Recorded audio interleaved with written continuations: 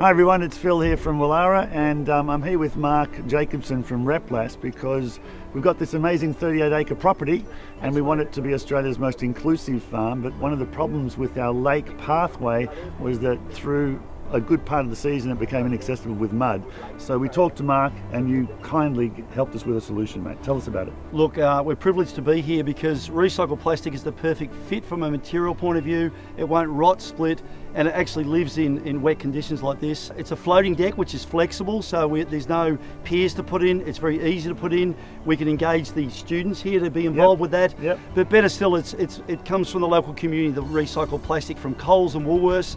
And with the recent China ban, governments are looking for places to put the waste. So this is just tick, tick, tick all the way through. And we've got the footy players coming down later today from St Kilda who are going to give us their hand to install it. Our clients will be here, the Replas guys. It's all going on here at the farm. We'll check in with that later. Here's how to set up your equipment for the Sage's Cottage floating pathway. Step 1. Use appropriate tools and equipment to clear the site. Ensure a roughly level surface prior to starting job. Step 2. Connect 2 profile joiners to one end of a profile joist. Use the power drill to make the 4mm pilot holes, 8mm clearance holes, countersinks, and to drill screws.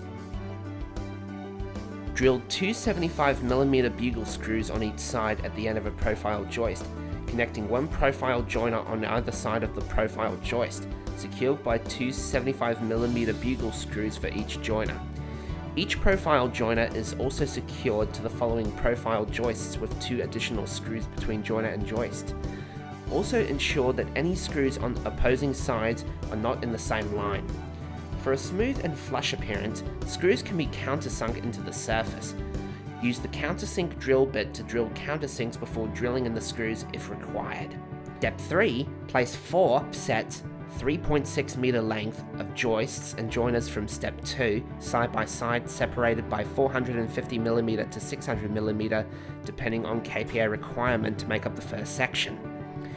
Place another 4 sets of joists and joiners after the first section, with the unscrewed end at the second joist connecting to the screwed end of the first joist, leaving a clearance for thermal expansion between joists, 10mm on a cold day and 5mm on a hot day. Use a plank to lift the joists, joiners connection of the floor. This helps to facilitate convenient drilling operations while connecting the joists and joiners.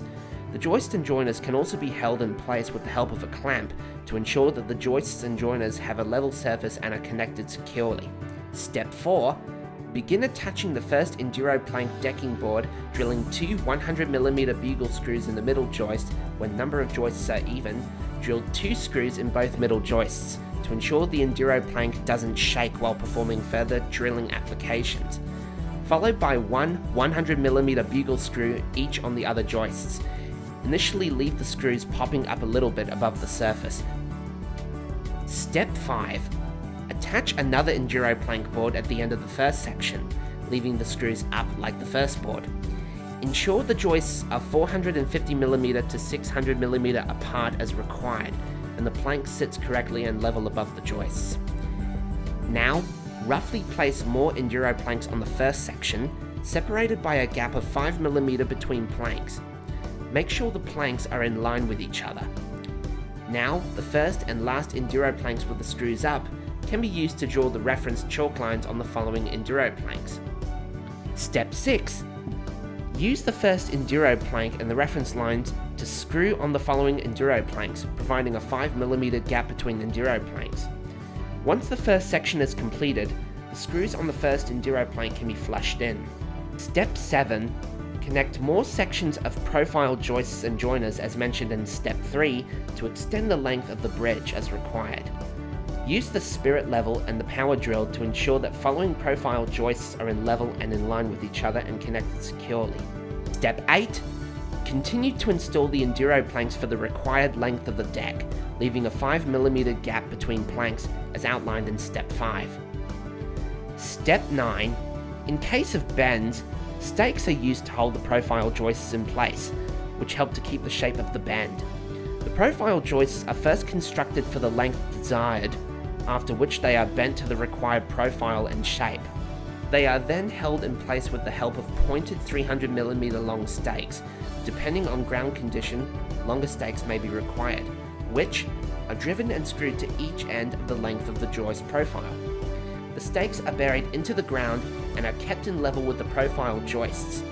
Once the stakes are in place, the curved Enduroplanks can be installed.